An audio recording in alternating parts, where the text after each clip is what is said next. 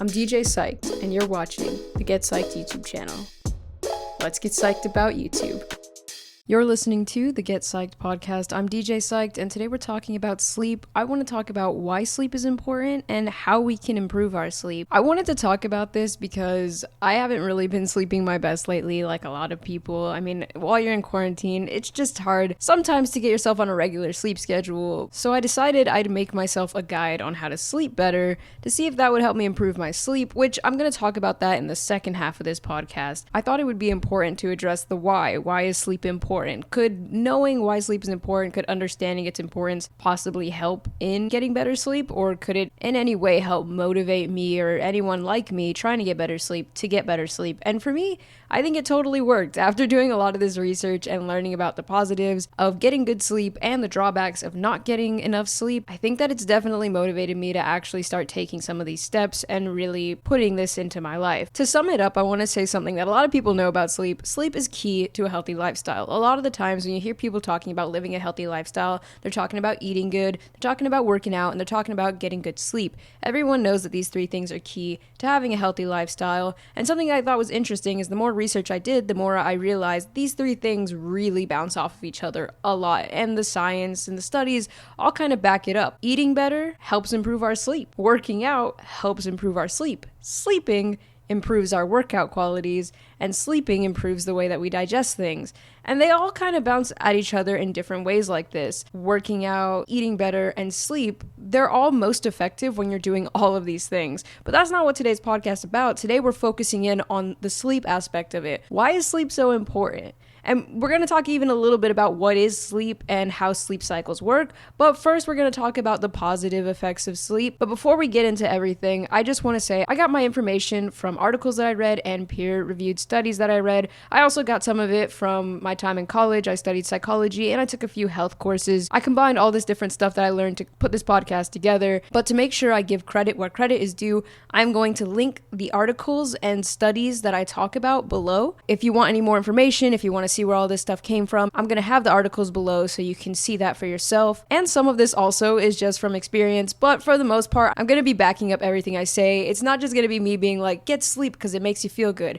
We're going to get into this a bit. I want to talk about the true positive effects of getting sleep and the true negative effects of sleep deprivation. So let's go right into it. Positive effects on our body. When we sleep more, we improve our immune function. This is so important all the time, but it's also really important right now in the world. We're in the middle of a pandemic, and anything we can do to make sure that we're safe, we should be doing. And sleep is one of those things. Sleep boosts our immune system. Sleep will help us heal faster from sicknesses, and sleep will also prevent us from getting illnesses. So there was a study that once gave people nasal drops with the cold virus in it, and there were two groups of people in this study: people who slept less than 7 hours and people who slept 8 hours or more. People who slept less than 7 hours were 3 times more likely to actually develop that cold than people who slept the full 8 hours, which means that just because of the way that they were sleeping, some people didn't get the cold. So if you and someone that you're around are both exposed to a cold, your friend decides to stay up all night and you decide to get some sleep, chances are you won't develop the cold and your friend just might. Just the factor of sleep alone could prevent you from getting an illness. It's good to sleep when you're sick because you can heal yourself. Everyone knows that you need sleep when you're sick to get your body back in order, but you could also prevent illnesses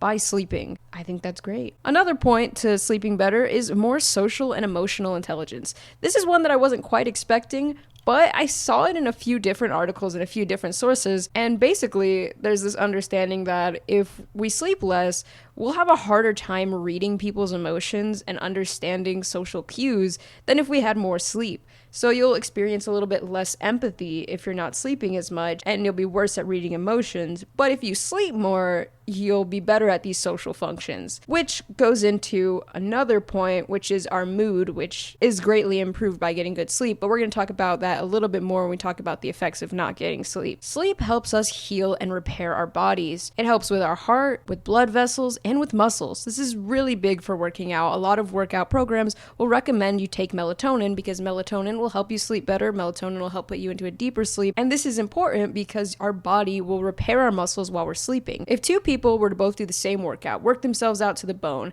theoretically speaking, the person who decides to go to sleep that night nice and early and get 9 hours of sleep is going to have their muscles repaired at a faster and more efficient rate than someone who decided to stay up and sleep like 5 hours before work the next day. Sleep improves our repairing and healing of our bodies. So if you're working out, you're going to get the most out of your workout by sleeping well. And also you'll be refreshed and recovered to work out the next day, which goes into another point.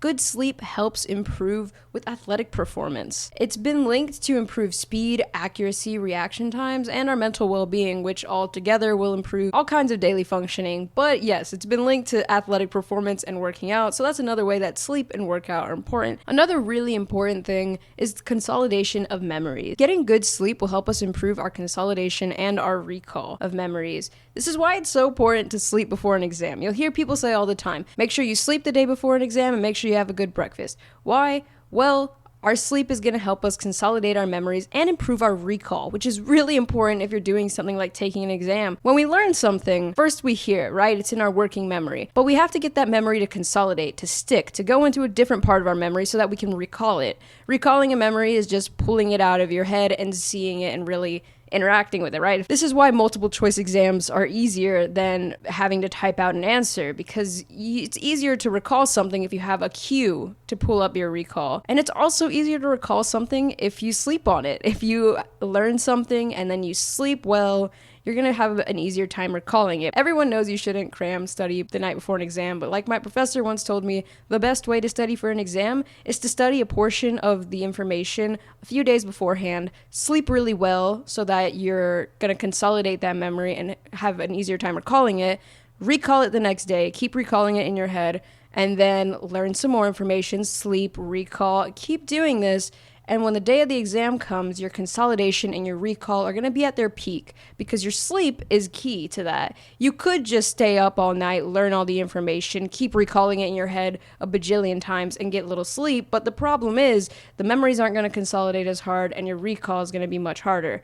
This is why sleep is so important for exams or anything like that. Usually in college, I was definitely one of those people who would study just a couple days beforehand, and it was a little harder to recall memories when I only had learned the information for like 2 or 3 days. But when I studied for the NASM exam, I spent months studying because this exam was kind of expensive and I wanted to pass it first time.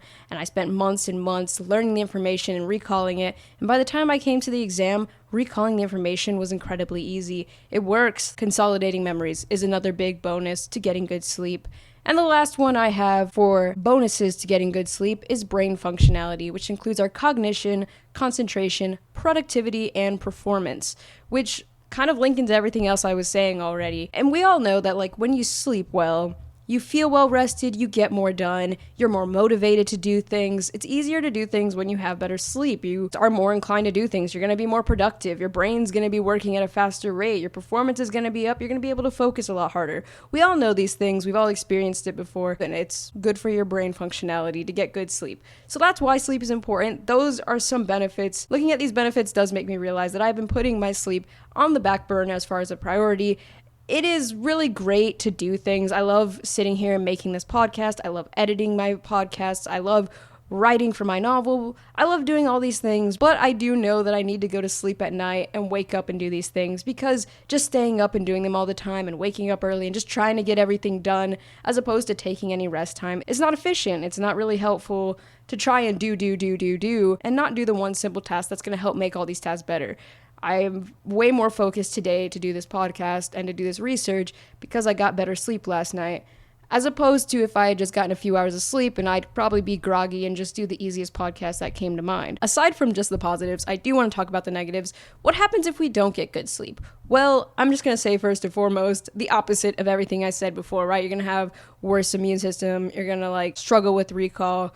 But we're going to talk about some other stuff too. The worst of what I've seen so far and what I really want to talk about was emotional difficulties. This is a huge one, and it's something that I've noticed within myself a lot, and I know a lot of other people feel this too.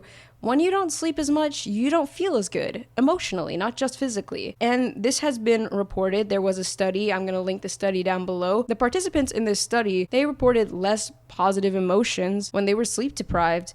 as opposed to when they were well rested. And sleep can affect our mood. So overall, sleep is just going to have this effect on making us feel down. A lot of this stuff is very multidimensional. It's not just as simple as bad sleep means bad emotions. The benefits to having good sleep will make us feel better emotionally because it feels good to get things done. It feels good to have good workouts done. It feels good to be able to remember stuff. It feels good to have those positive effects. And it feels bad to have some of these negative effects I'm going to talk about here. There's a multi-dimensional layer as to why not getting enough sleep will affect our emotional state and make us less positive and ruin our emotions. I think it's important to remember that sleep, because of all of these different factors, it really does have a big role in not just our physical health, but our mental health. I'm going to go into something else that I found interesting was the risk factor for obesity in not getting good sleep. So this is also very multidimensional. It's thought that a bunch of different factors that include our hormones and our motivation to exercise are what affect this risk of obesity. Like I said before, when we sleep really well, we're more motivated to do things, including working out and, getting in certain activity levels. But when we don't get sleep, we're going to feel physically exhausted. We're going to be less motivated and less driven to do things. We're going to be less likely to work out. And so that could be one factor that leads to this increased chance of obesity. And hormones are also a part of that, a part of our body and our physical functioning. We have two very important hormones that deal with our appetite. That's our ghrelin and our leptin. Whenever we don't sleep as much, we're going to have higher levels of ghrelin. This is what gives us appetite. It's going to make you hungrier. And you're going to have reduced levels of leptin, which suppresses our appetite, which is basically kind of what makes us feel full. So you could feel less full and more hungry just because you're not getting as much sleep. Your hormone levels are going to be out of whack, and having your ghrelin and your leptin not properly aligned, not working with your body is very frustrating. It's annoying, and it's going to make it harder to know your true hunger levels, which, like I said, is a risk factor for obesity. But not only that, it's just unpleasant to feel hungry a lot and to have like these fluctuations in your body. Like I said, the big three jump around with each other: eating good, working out, getting good sleep. So getting good sleep is actually going to help your hormones out so you can eat better. And like we already said, getting good sleep is going to give us better workouts. So yeah, I just thought it was an interesting point that I saw there, that it does increase the chances of obesity, but also it plays a role in our hormones. And we also already talked about brain functionality with cognition, concentration, productivity, all of that. Like I said, the negative effect is that those things won't be there. You won't have the increased productivity. You'll have a lot less productivity. You won't be able to concentrate as much. Your performance is going to be down. And also, there was a study that found that the impacts of our brain function with sleep deprivation were similar to that of alcohol intoxication, meaning that with less sleep, our brain is kind of operating as if we were drunk. Anyone who knows what that feels like knows that your brain is not functioning at its full ability, and it does not feel very good, and sleep deprivation can do that to us. I'm not going to be really extreme here and go into all the extreme side effects that could happen with sleep deprivation, but there are people who say that there are certain things like heart disease or high blood pressure that could be affected from not getting enough sleep. But let's not let it ever get to that point. Right here, we're just talking about not getting enough sleep and getting enough sleep and what it can do in the short term. But yes, in the long term, not getting enough sleep is also going to have a lot of terrible effects on us. Our mind is a muscle. This is something I learned in psychology in school a lot, is that even if something isn't perfect, even if you're not getting an entire 8 hours of sleep every single night, maybe Fridays you usually get less sleep or something like that, maybe your sleep schedule isn't totally perfect, it's better to try and get it right most of the time. Get that sleep as much as you can. Have a general slope that's increasing slowly and steadily throughout time. It's good to just try and get as much sleep as you can and stay that way, because the positive effects will build up over time. If you're getting good sleep the majority of the time, you're going to feel a lot of these positive effects, and it's not going to matter if you have a few bad days, as opposed to if you're constantly getting really bad sleep, then you're probably not going to feel the effects of good sleep as much. It works the same way both ways, right? If you're constantly getting really good sleep, then a few bad days are not going to ruin you. You're not going to end up, with all these negative effects just for a few bad days, but you want the slope to be mostly positive for that. If your slope is mostly negative, if you're usually getting really bad sleep and then you have a few days of good sleep, then you might not experience some of these positive effects to the same extent that you would. What I'm saying here is it is important just to try and get as much good sleep as you can, as much as you can, because over time, the good stuff will build and become even better.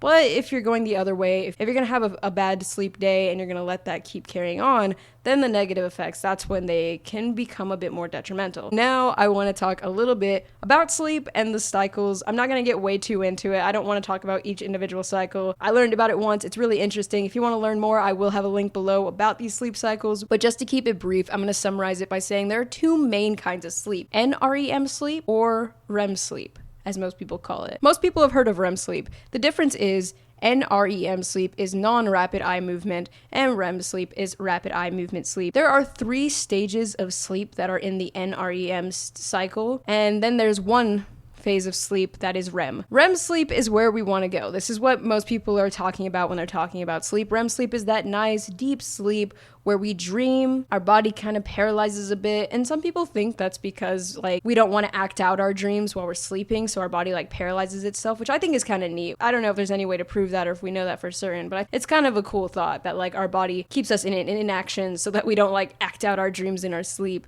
which sometimes does happen. So that's REM sleep, and REM sleep is very heavily associated with memory consolidation. A very big part of sleep is REM sleep. We want to get into that deep sleep where we're dreaming, our body is still, we're consolidating our memories. And the way that sleep works is, like I said, there's those 3 cycles of sleep that are in NREM sleep, and then there's REM sleep. When we sleep at night, we go through all these 4 phases multiple times. We don't just slowly get into a deep sleep and then stay in REM sleep. We cycle through these sleep cycles all throughout the night, and usually each cycle takes about an hour and a half to 2 hours. So that's why it's important to get good sleep at night and get a few hours of sleep and have consistent sleep. It's because if you were to like lay down at night, get a good 8 hours in, you'll go through that cycle a few times, you'll get that REM sleep, and you'll get these impacts. That's better than getting like a few hours of sleep and then taking naps throughout the day. If you're gonna take a nap, which I don't know the science of naps, I don't at all, but most people say like a nap is like 20 minutes or something. You're not going to get to REM sleep in that little bit of time. That's besides the point. But the last part of this, before we get into how to get better sleep, is how much sleep do we need to get then to get these benefits? So to basically summarize it, which I will also link this below if you're interested in learning more, babies need the most sleep. Around school age, we need 9 to 11 hours of sleep. Teenagers go to about 8 to 10 hours of sleep. Being an adult, pre-adult, all those stages, it's usually about 7 to 9 hours of sleep, which is where I guess the magic number 8 comes in, because besides being a kid, 8 hours seems to be pretty standard for most age groups. I guess in conclusion, yeah, sleeping 8 hours a night is good. That's basically what I drew from this, is that like, get that 8 hours, try to get some nights of 9 hours, get good sleep, get more than 7 hours of sleep. So now this is the part of it where I talk about how I plan to get better sleep, and hopefully these tips can help you too. These are things that I've tried out throughout the years, things that I've been trying out recently, and things that I think really work in helping get better sleep. Tip 1, set a bedtime and a wake-up time.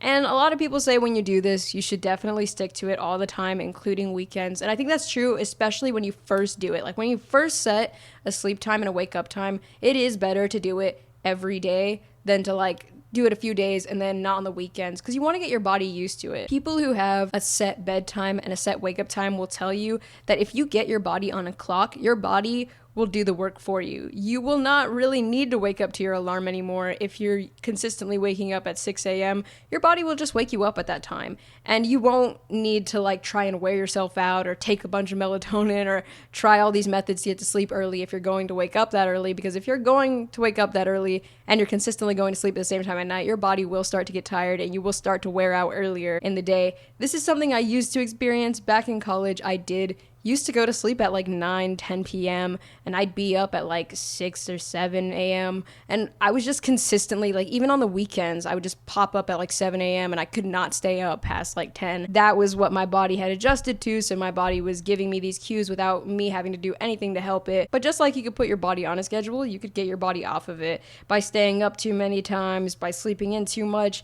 I've ruined that cycle. My body is no longer like that. I used to be incapable of waking up past 7 a.m. I would try really hard because there were some nights I'd go to sleep at like 2 a.m. and then my body would force me awake at 7 a.m. and I just couldn't go back to sleep. That doesn't happen to me anymore. I could very easily sleep till like 11 or 12. Setting a bedtime and setting a wake-up time is very important. Currently, I'm going to try midnight to 8 a.m. I think that that's a pretty standard base way for my lifestyle right now. It's just gonna work.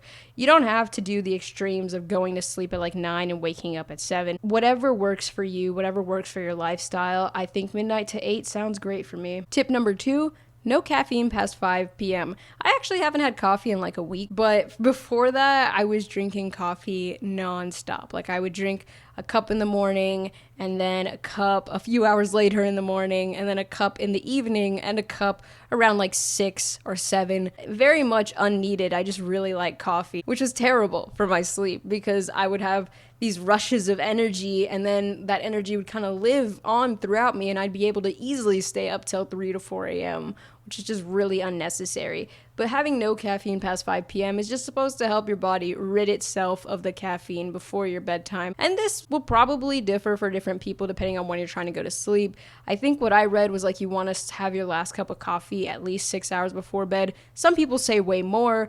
Basically, coffee should be a morning thing. Don't put it into your evening. Don't have late coffees if you're trying to go to sleep early. Make sure that your caffeine levels aren't really high a few hours before bed. Tip 3, no phone an hour before bedtime. This is one that is really, really helpful. I've noticed that with myself. If I really want to get to bed, the easiest thing for me to do is just pull up my book and start reading, put my phone aside, and it'll be way easier to fall asleep. It's so easy to lay there in bed and stay awake till obscene hours on your phone, no matter what you're doing. TikTok is the absolute worst. I could stay up till like 5 or 6 a.m. easily on TikTok. It's addictive, and the screen is bright, and I don't know. Everything about that app somehow just has some mesmerizing thing about keeping you up at night. But TikTok's not the only one. There are plenty of apps and things you could do on your phone or on your computer that will keep you up way past bedtime. It is something about the screen, like they say, like the blue light from the screen is going to keep you awake. That, and usually what you're doing on your phone or your laptop or whatever, is kind of like mesmerizing and is going to keep you up. If you're watching a TV show, you're going to want to stay up and continue watching because you're into it. If you're on an app or something, most apps are made to be addictive and made to suck you in. Most things are made to suck you in on a computer screen. So it's important to get away from those screens an hour before bed if you want to pull yourself into sleep. It's easier to do something relaxing, maybe write in a journal or a book or something, or read, or do some kind of craft. Doing something that's not electronic an hour before bed will greatly increase your chances of falling asleep. That's something I've noticed for myself, and the research says it too. Not having those screens in front of your face is really good for you. Along with this, something that I do and something that I've recently started doing to increase my sleep, no phones in bed. It really helps to not do things in your bed that aren't sleeping. I haven't been doing this much lately, but it's something I want to start doing more. I do the second part of this. Like, I don't do anything in my bed other than sleep. I think that it makes total sense. If you want your body to associate sleep with your bed, don't do other things in bed. Don't scroll on your laptop in bed. I use that chair over there to read because I don't even really want to read in bed much anymore. I don't ever use my laptop in bed. I don't edit in bed. I don't do anything in bed besides sleep. But also, just don't have your phone near your bed. Don't have your phone on your bed. If you're going to charge your phone, charge it across the room. Don't leave it near you. It's tempting. If it's far away, you won't do it. If it's right there, you're going to pick up your phone right before bed, first thing in the morning. I did this last week. I just left my phone on my computer desk before I went to bed at night. And when I went to sleep, I was reading before I went to bed. And then the first thing I did in the morning was read because my book was right next to me and my phone was far away. And it felt good to not get on my phone first thing in the morning and to not stay up late on my phone. So I think just keeping the phone away from bed and having a rule where you don't lay in bed with your phone, it really helps. Some of these other ones are very specific to me, so I'm just going to go through them real quick. Tip 4 for me is using my Google Calendar to plan things. If I use my Google Calendar to plan that I'm going to do something in the morning, I'm much more likely to get up and do it. If I use my Google Calendar to plan anything, I'm much more likely to get up and do it on that time.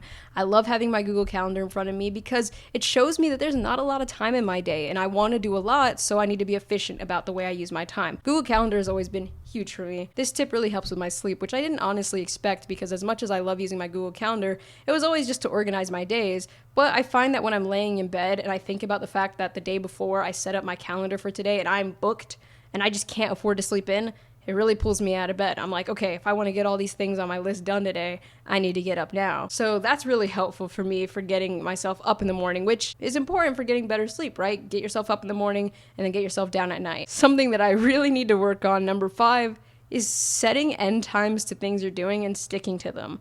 This could go for anything. If you really love playing video games, tell yourself to turn the console off at like 11 if you want to go to sleep by midnight. If you're really into watching YouTube videos, tell yourself to turn it off at a certain hour too. No matter what your thing is, whatever that thing is that's keeping you up, set an end time to it. Set a limit. And I need to start doing this to myself more too. There are definitely a few things that I just can do endlessly for a very long period of time, and I need to stop. Set an end time to things and stick to it. It's hard, it is. I struggle with this a lot. I'll tell myself, I'm like, okay, I will stop listening to music at 11. I don't care what's going on. And then 11 rolls around and I'm like, a few more minutes. And then all of a sudden it's like 3 a.m. So it's important to try and set these end times and really make sure you stick to them. Tip 6 is one that I really love. Working out really hard and wearing myself out.